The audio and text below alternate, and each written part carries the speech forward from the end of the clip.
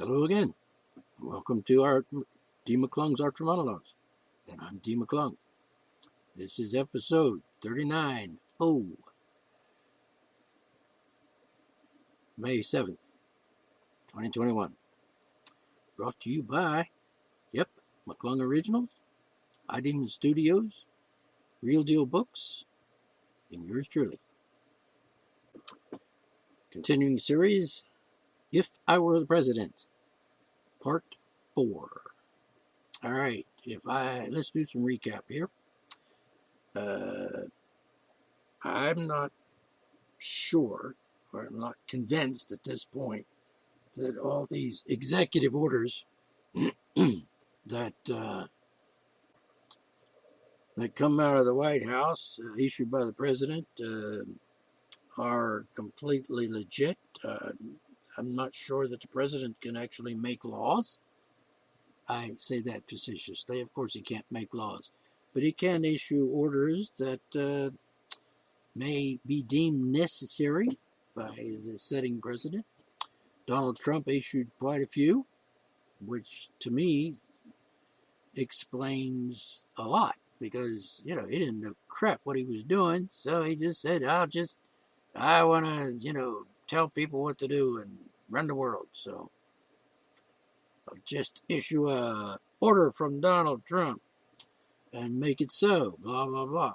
But here's the thing, and presidents have done so along the way many times. I don't know how many Trump did. I don't know how many Biden has done so far. 50? 100? I don't know. But at any rate, here's the thing. If I was president, and I would also say that if I was president, I would certainly have legal counsel including experts on the Constitution and experts on what the duties of the president are, and to what extent he can exercise the power of executive orders. Now, hopefully there are some experts that would advise me correctly. Now, what would I do? Well, like I said, let's recap. Dress codes, those would be gone. No more dress codes in America, period. End of story. Now, I'm not talking about, fireman's uniform or policeman's uniform or government, like a soldier, military uniform. It just goes with the job, and that's fine. It's a good thing that our police officers are identified and identifiable by a uniform. I think it's okay.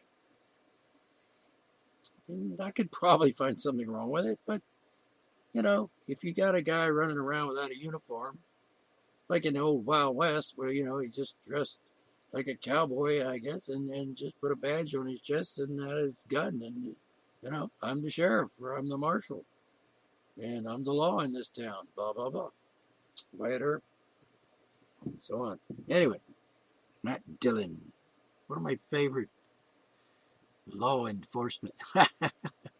No, we don't use law enforcement. We know why we don't use law enforcement. In case you don't remember, or in case you didn't hear the episode where I talked about that, law enforcement is another word for Gestapo or Taliban. It basically means the government policemen are got to be like the boss of everything and tell you what to do and not to do, and be very nasty to you, beat you over the head, whatever. Shoot you, kill you, strangle you, put a knee on your neck, whatever. Just, you'll do what you're told. You'll be obedient. You will not do anything on, and as the case in the Gestapo, if you're a Jew, you don't have any rights. We could do whatever we want to you. That sort of thing. And, it's just a bad thing. So what it has, that a few years ago, and I can't tell you pinpoint exactly when this began, but this idea of calling the police departments and the legal system in this country law enforcement. However, let's say it goes back. See, I don't remember hearing that phrase back when I was a kid, back in the 50s or even the 60s. So I don't know exactly. I haven't done any research on it, but it seems to me that it started at some point in the 60s, perhaps in the 70s, and maybe later. Maybe it started in around the turn of the century, the 21st century. But what it is, and you could call this a conspiracy theory if you like. I don't care. I'm not really much into conspiracy theory kind of things, but I do know that there are conspiracies going on. That means, two or more people have discussed a plot and agenda, and good or bad, and have come up with this agenda, which is to get us all used to hearing the phrase law enforcement and becoming accustomed to being treated like shit by said law enforcement. And this conspiracy to get us used to hearing these words like law enforcement in order to, I don't want to say brainwash, but to indoctrinate us with this concept that the law is enforcers of everything, you know, and you can't do it if, law enforcement says you can't. And if you do anything we don't like, we're going to hurt you, buddy. So what I'm saying is, this is all part of a systematic, methodical process of, in some cases, dumbing down Americans. In another case, indoctrinating us with a thinking process, a mindset that puts us in a situation where we have to say to ourselves, oh, law enforcement. And you think, well, they tell me what to do and I got to do it. And I don't have any choice. I don't have any freedom, blah, blah, blah. So basically, it's a method of indoctrinating us to this submissiveness of being overlorded by the law enforcement. Excuse me.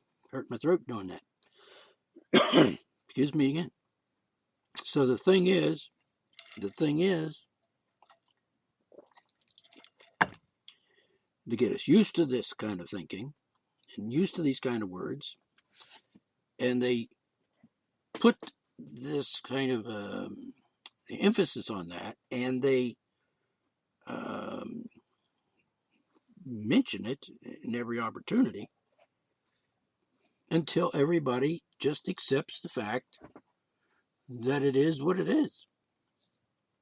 It's like law enforcement.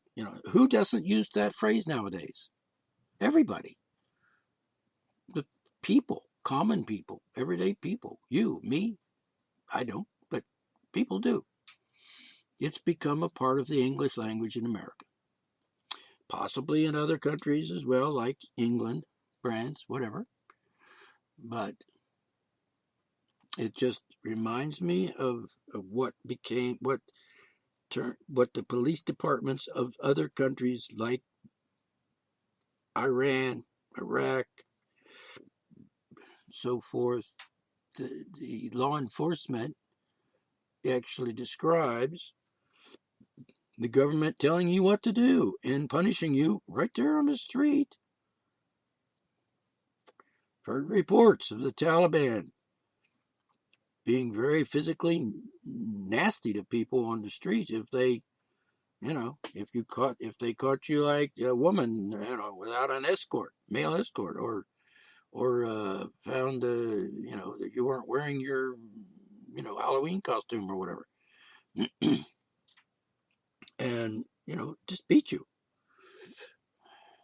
And this is what happens when you give that kind of power to law enforcement instead of public servant.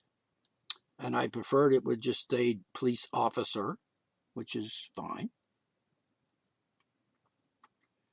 because officer means police officer of the court, which serves at the pleasure and discretion of the courts. You don't just go out and do stuff. A policeman might protect you. If he sees a crime being committed, he can certainly interfere with that and prevent it or bring it to a halt or catch the bad guy. I mean, if a policeman on his beat sees somebody beating up somebody or even raping somebody, for that matter, stop doing that. You're under arrest. Put up your hands. We don't hear too much of this now. Stop or I'll shoot. We don't hear it. Well, we used to see it on the TV all the time. Policemen in some police drama. We're watching television, and the cop says, stop or I'll shoot. And then he did or he didn't. But today, you don't even say. I don't even think they say stop or I'll shoot. They just say, bam, you're dead. It's disgusting. At any rate. I would issue an executive order if I were president,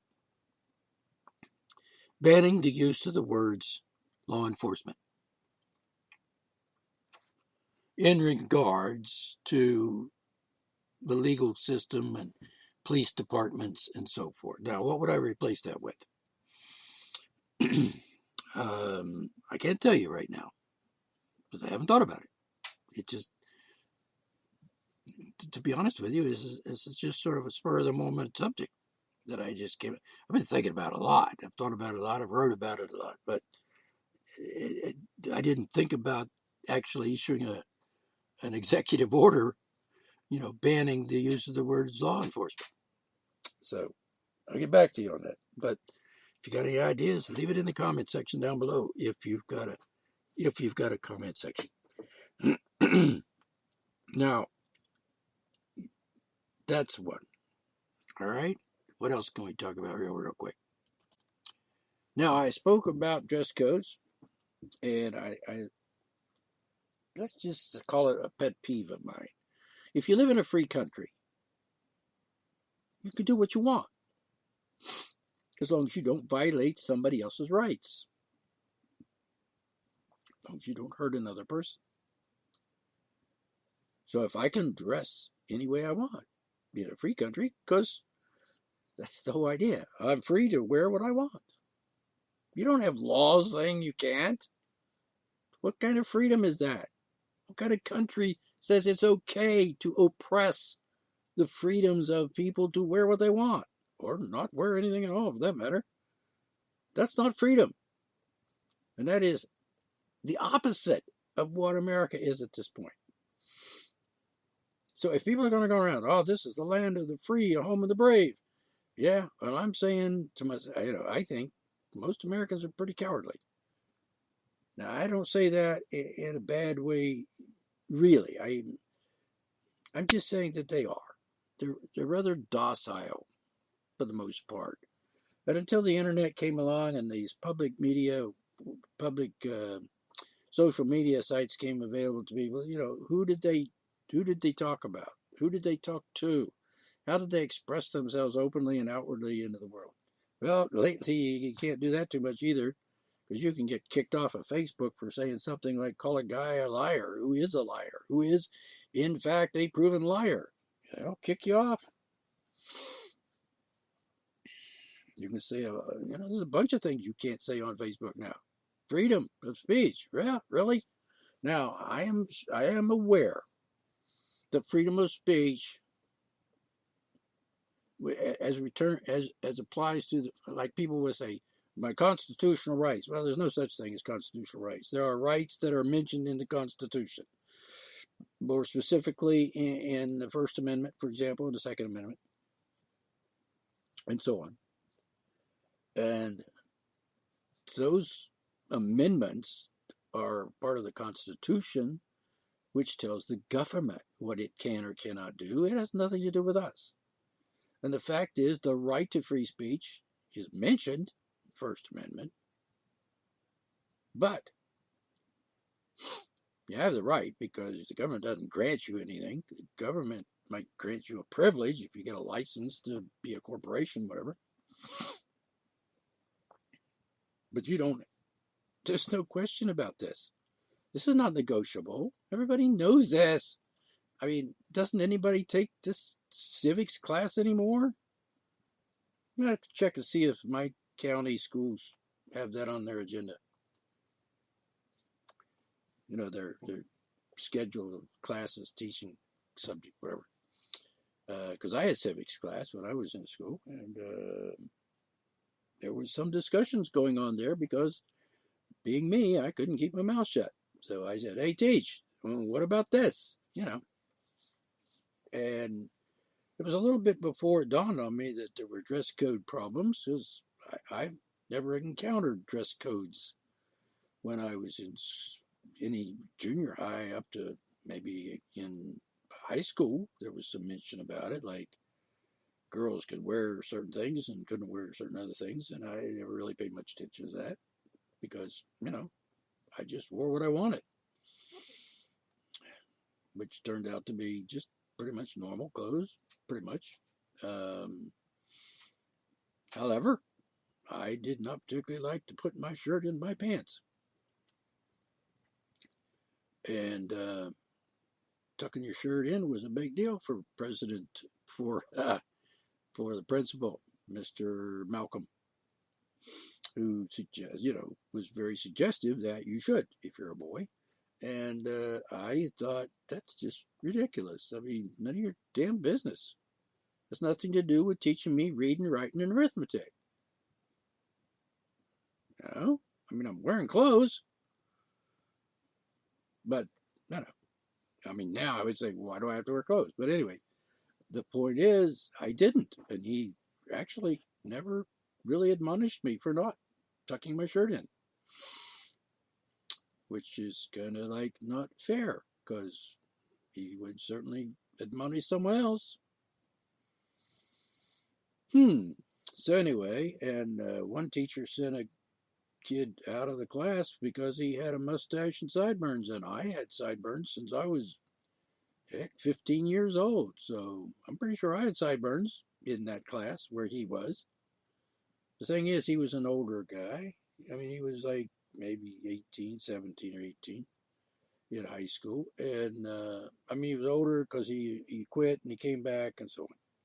I don't know the circumstances. He might have been ordered by the courts to come back to school or whatever. At any rate, he was a punk.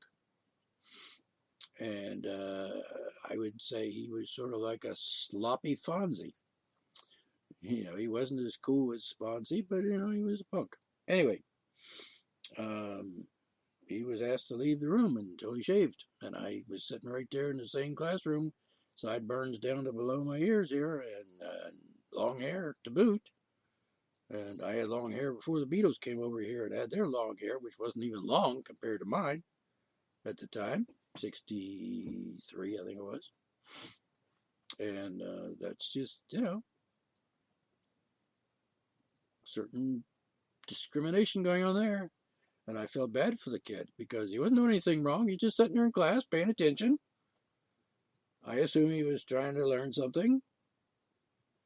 He had an attitude, but he was pretty well cool about it. She just didn't like him because, he was cool. And because she had power and she exercised it, and that was wrong. So, if you want to have a sideburns and a mustache or a beard, a goatee, whatever, in high school, if you're capable, I mean, I'm pretty sure boys in high school age are capable of growing some whiskers. And if you can't do that in school, really? I just now it occurred to me, like, you mean I couldn't have a mustache, a beard, a goatee, sideburns in high school? What about my hair? Could I have longer hair? Today I'm talking about. I've been to school lately. I don't know. But I guarantee you, if I was going to school today, if I was young, with the same knowledge that I have now, I guarantee you, if I was going to go to school and I wanted to have a sideburns or a mustache or a goatee or a full beard or whatever, not shaved, then, guess what? I'm going to go to school that way, and anybody says otherwise, they can kiss my ass. Because, freedom. And by the way, hair grows. It grows on your head, grows on your face if you're a boy, and, and around my armpits, and sometimes boys have hair on their chests, and sometimes, they even have hair around their, nether regions. And, guess what? If I want a beard, I'll have a beard.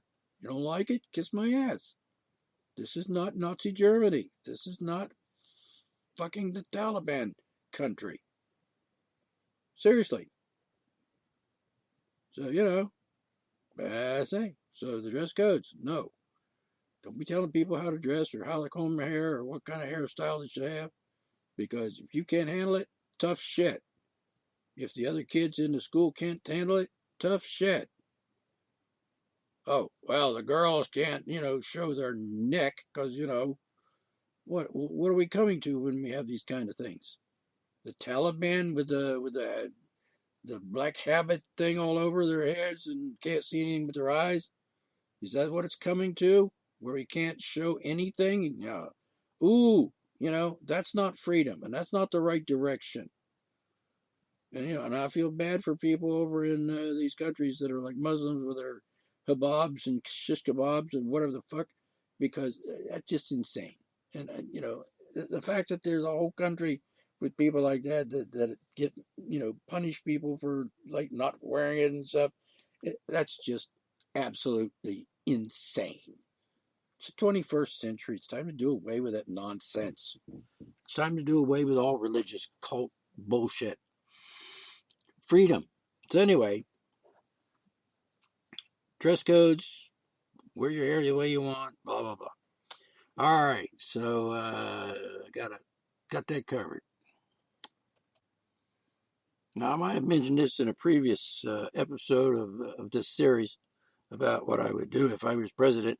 I might have mentioned about the IRS and the illegal misapplication of the income tax, which, by the way, applies to corporations engaged in a privileged activity. For example, your corporation like, say, Facebook or Walmart.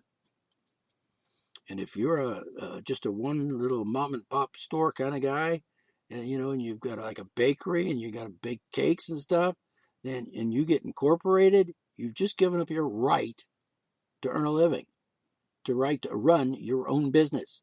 You have given up your business and your right to run a business for the privilege of operating a business. You become a corporation, and therefore you don't have rights anymore, because rights go for human beings, not corporations. Corporations don't have rights. So I would issue an executive order.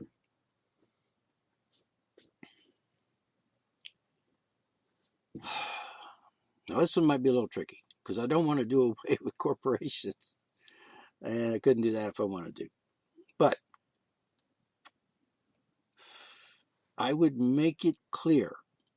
I would, let's say, issue a proclamation that everybody in this country would, by the age of 12, know the facts in regards to rights and freedoms and privileges, corporations, and getting licenses to do things. That everybody, I would think that anybody by the age of 12 or 15, let's say, should know that state marriage is an act, a criminal act, a fraudulent act. It's simply a government program. It has nothing whatsoever to do with marriage. People have been indoctrinated with this concept that it does, but it doesn't.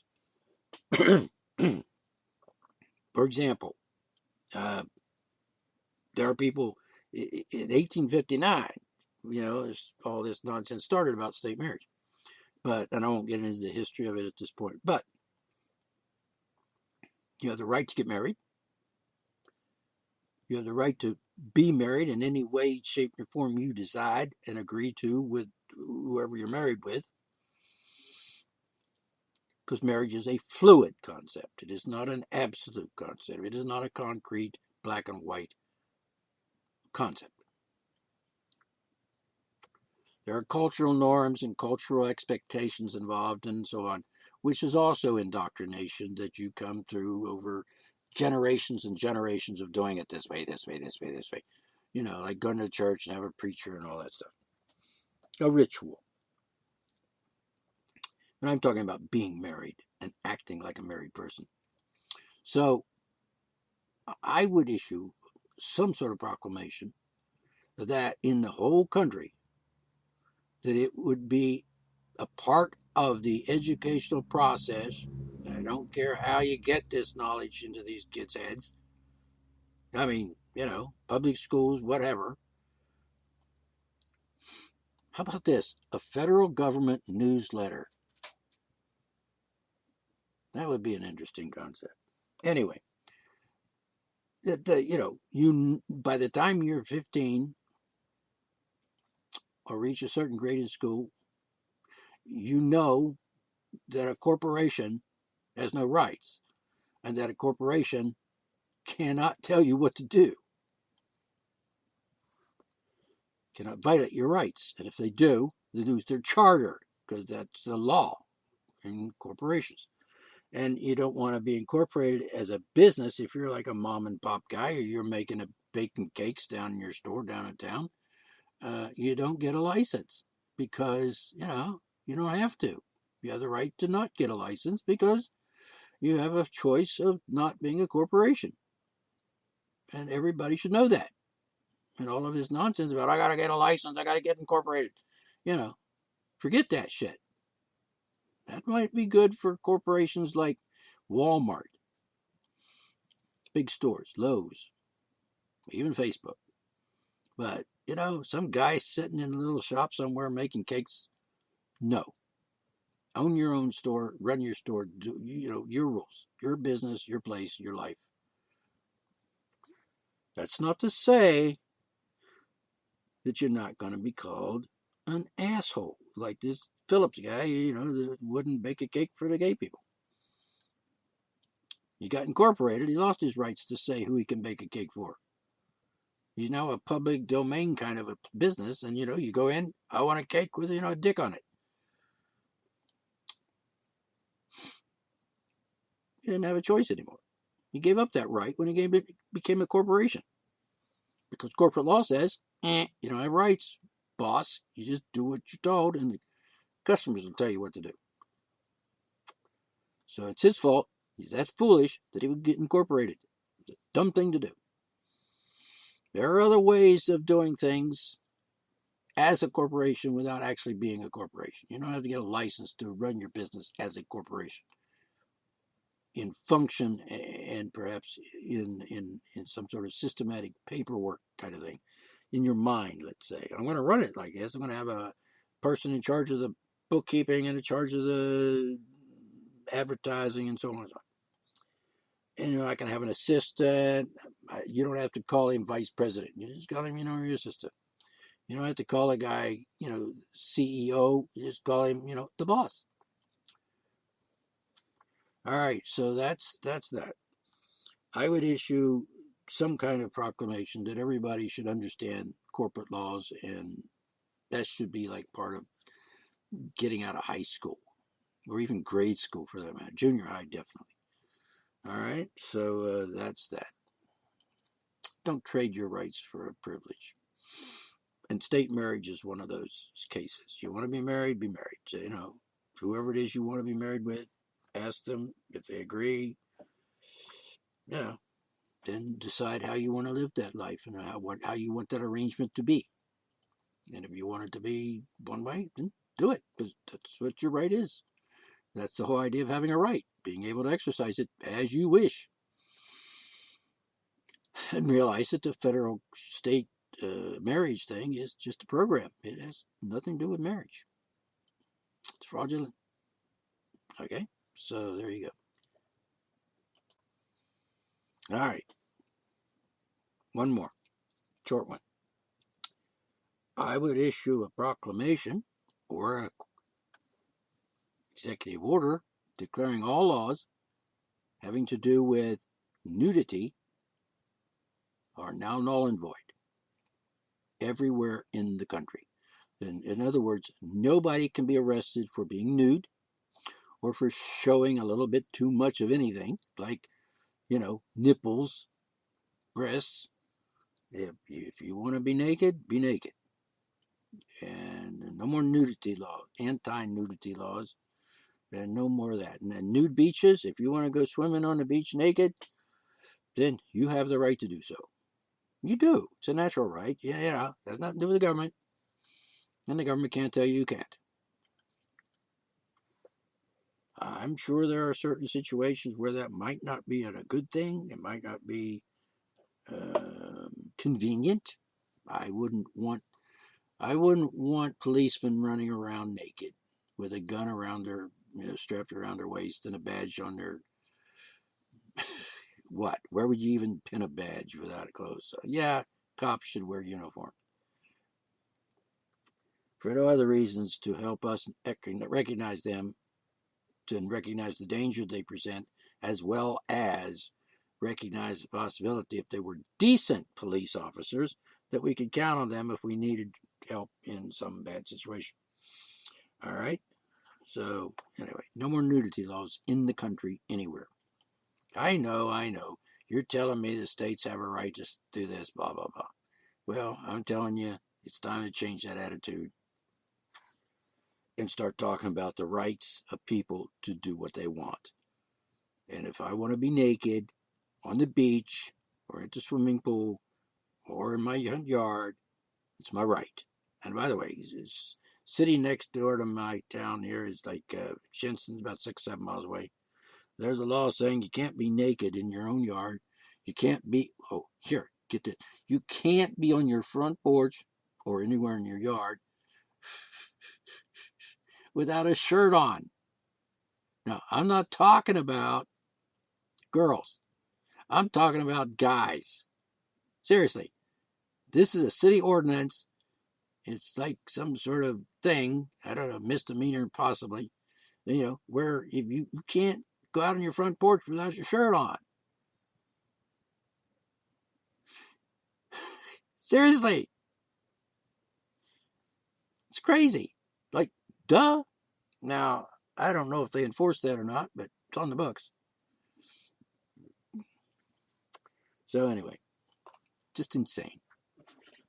And somebody should challenge that. Someone should challenge it, in Shinston or anywhere else such a law exists. They should just say, no, we're not going to, no, it's not going to happen. Just gone. Vote for it in whatever way is appropriate in your town or community or county or state or whatever. Get together, say it. Hey, folks, this is wrong. We're not going to do this anymore. We're not going to put up with this shit. We're going to be free. And if we want to go out on our front porch, sit without a shirt on, that's our business. And that's the way it should be. And that's the way it should be. If you do what you have to do to make that happen, tomorrow it will be okay. And nobody's going to die. Nobody's going to get, it's just going to be fine. Now, people might walk by your house and look at you even if you're a girl and I don't want to wear clothes, I'm going to go sit on the front porch naked and read a book. So what? Who fucking cares?